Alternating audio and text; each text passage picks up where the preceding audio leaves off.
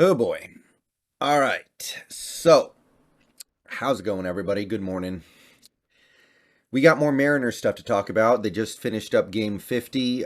This page does not reflect the 50th game. This is as of yesterday before our 50th game, but there was nothing in that game that we really want to talk about anyway, so I guess it's whatever. But after 50 games, so almost a third of the way into the season, the Mariners, the ship has still not been righted. They are 21 and 29, fourth place in the division. Not good. Not good at all. It wasn't a terrible 10-game stretch or anything. They did show some signs of life. But at the end of the day, they still sit here at 21 and 29, and things don't really look good. And they've had a couple opportunities to right the ship during this last 10-game stretch, and overall they haven't done it. Looking at the last stretch of games, you could have stuck a fork in me after the Oakland series. For us to lose 2 of 3 to Oakland, with their team being in the state that they're in and where we're supposed to be as a team, like I was done. After we lost a series to Oakland, I was like, okay, well, this isn't the year. And then we play great against Houston. We take 2 of 3 from Houston. The last game came, down to tiny little margins. The difference between winning and losing that game. We won the other 2 games handily, and I was like, okay, we're building up something. And then we blow up on Baltimore in the first game of the series, and then I'm feeling like, okay, this isn't the path that I wanted this team to take this year, but they are starting to go down the right path. And then yesterday they get blown out by a pretty bad Baltimore team, although maybe I shouldn't even say that because they're no worse than us. And I still don't know what we really are, and I don't know where this season is going, but we're running out of time. We would need to win 8 games in a row just to get back to 500. And I don't see anything with this team in terms of their consistency that tells me they're going to be able to do something like that. The good news is our record is better than the Braves was after 50 games last year, of course. So baseball is a sport where crazy streaks happen, teams catch fire, teams win a high percentage of their games over a period of the year. But that doesn't mean that's going to happen to this team. So right now I just look at it and get frustrated. So to quickly run down what's going on with this team, it's still so hard for them to field an MLB caliber lineup. Every game we play, it feels like there are anywhere from 1 to 3, and usually 2 to 3 batters in the lineup who you look at and you just go, that guy's an automatic out. No chance. When that guy comes up to the plate, I'm turning the channel. Or I may as well turn the channel, right? And what really frustrates me is that this was what happened last season. Last season, we had guys in our lineup every single day that were just like, oh, forget about it. No, that guy, he's never going to come through for us. I'm turning the channel if he's up to bat with 1 out and runners on second and third. Like, waste. And then we brought in some guys, and I was like, okay, we can get away from that. And no, we're still seeing Mike Ford play periodically. We're still seeing guys like, I hate to say it, but Torrens, who is not yet really turning things around, he still has to play pretty frequently. He's better since he got called back up to the pros. He's showing some power. He's actually accomplishing some pretty notable things since he came back up, but still, you look at him and you just go, the odds of this working out when he's at the plate in a big spot it's just so low. He's, I don't know if you would call him a liability right now, but he's certainly not a good batter. So every game we play, it's like the back end of the lineup is just, it feels like you're buying a lottery ticket every time they come up to the plate. Dylan Moore has cooled off considerably. It was never really, I never really believed that Dylan Moore was back to above average batting level, but he fell off pretty quickly. And unfortunately, while Kyle Lewis does kind of bring everything together really well, it doesn't seem like we're ever going to be able to really depend on the guy. I mean, he comes back, plays in a few games, hits some home runs, gets on base, plays really well. His Ops Plus is up at above 180, and then he gets hurt again. Now, this one was kind of a fluke because of the concussion, but it just seems like he's never going to be fully available for us, and it's sad.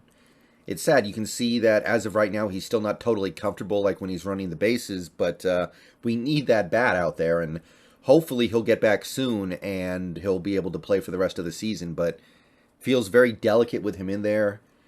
The best news that I have is that Taylor Trammell, as of right now, looks like he's come a long way since the last time he was here.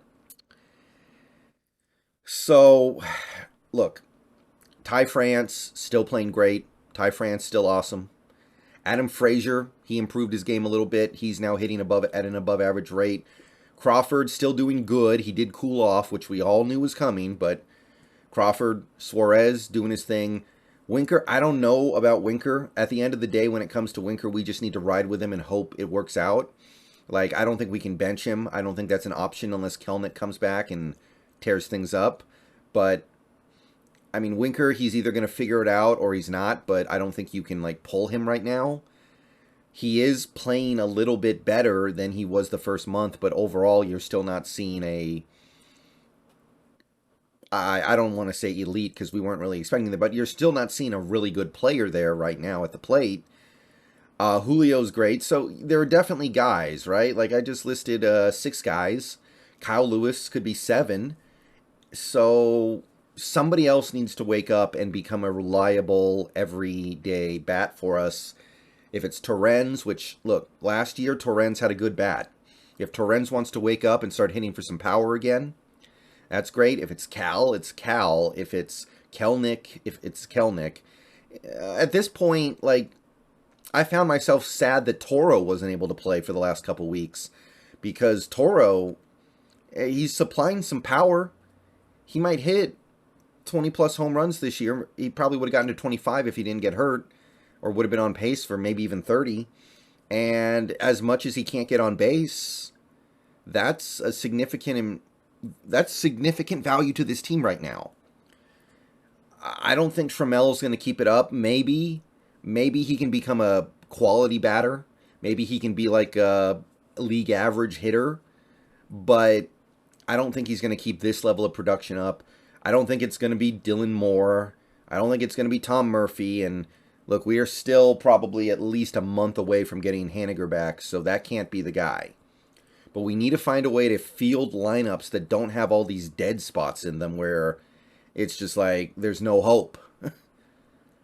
Kelnick's playing pretty good at Tacoma, it looks like, so maybe he'll be called up again soon, but I don't know if I would assume that Kelnick is going to be able to get back to where he was even at the end of the year last year when he was genuinely playing well.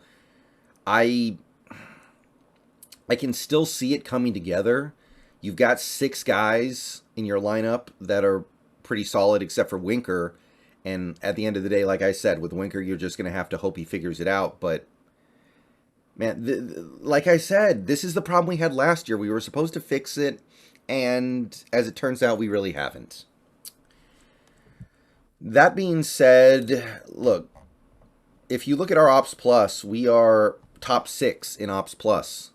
Like, I pulled this up. Now, this doesn't include yesterday's game, so it's probably closer to, like, 7th or 8th. But the point is, compared to other teams in the MLB, we have a well above average offense. It is 9% above average. It's right there with, like, the Yankees and the Cardinals and the Giants. It's better than the Red Sox. We're still not really scoring runs. Our run production is slightly below average. 8 runs below average.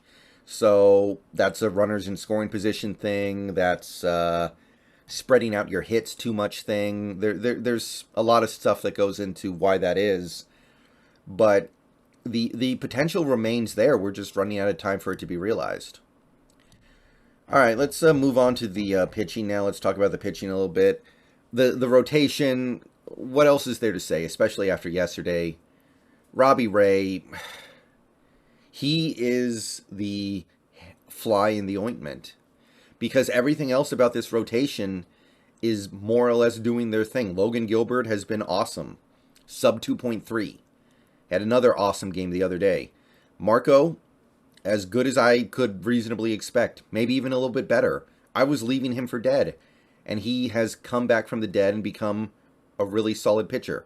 Flexen, he's supposed to be like, what, a number 4, number 5? He is giving you a chance to win every time he pitches outside of that one bad start. So Flexen, yeah, for a number 4, number 5 guy, at this point I guess he's your number 4, but that's nominal. Doing fine. Kirby, for a 24-year-old who you called up from Arkansas, I think he's doing great. He had a great start the other day.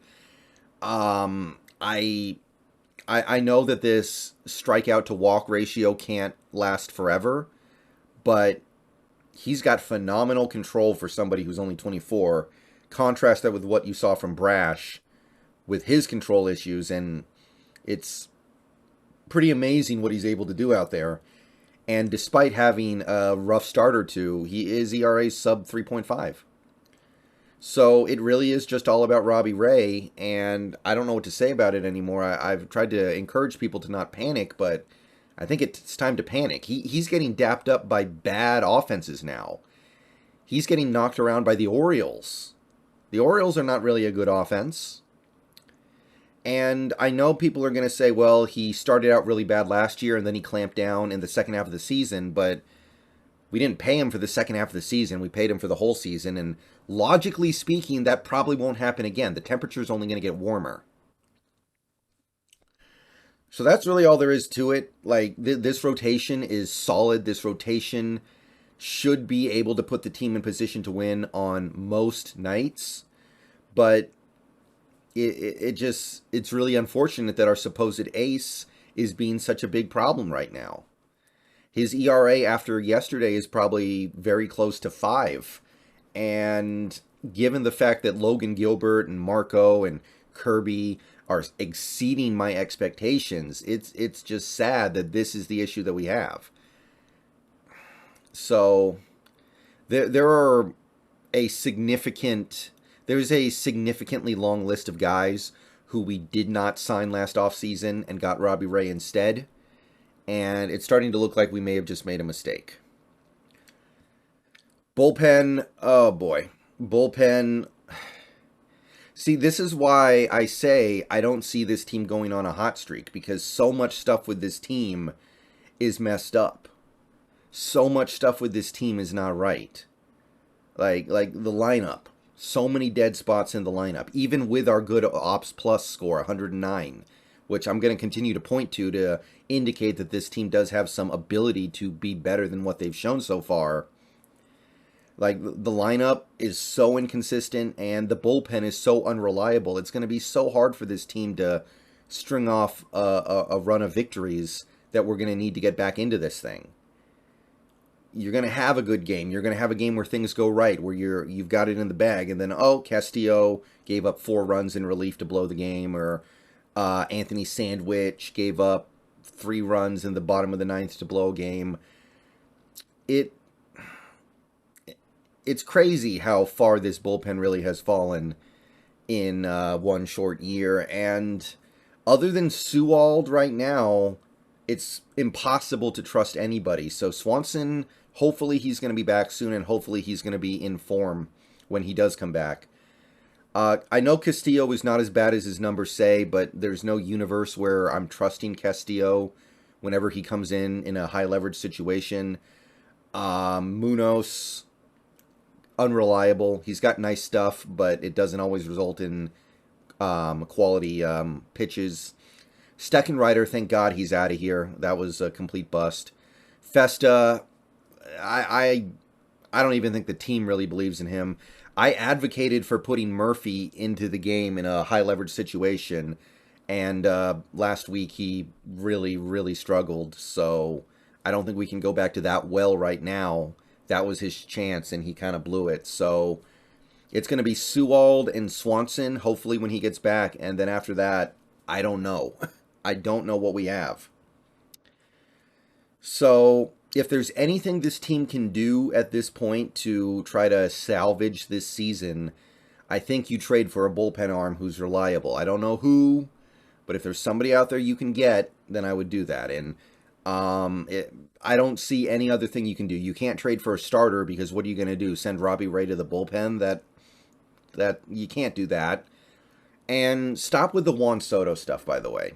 I see it in the Facebook groups lately. People talking about trading for Juan Soto. You want to give up Logan Gilbert and Kirby and Brash and the shortstop down in AAA, the stud. I can't remember his dang name, but you want to give up all that stuff for one player when the lineup is not even entirely the problem. And by the way, you're going to have the same problem trading one of your best bats. What if you give up Julio in the Soto trade, which is completely realistic? How does that help anything? You've still got Mike Ford playing way too many at-bats. You've still got guys like Cal Riley taking major at-bats. You've still got guys like Luis Torrens taking high-leverage at-bats. So I don't see that at all. The only trade that this team can make to make me feel like they're trying to get better for 2022 would be to get another reliever, because they've kind of had a everything that can go wrong will go wrong year in the bullpen, with Sadler missing the whole year, Steckenrider completely falling off a cliff, and now Swanson. We don't even know what he's going to be when he gets back. We know he's going to be back soon, supposedly at least, but what's he going to be? Is he going to be the guy that he was? Hard to say.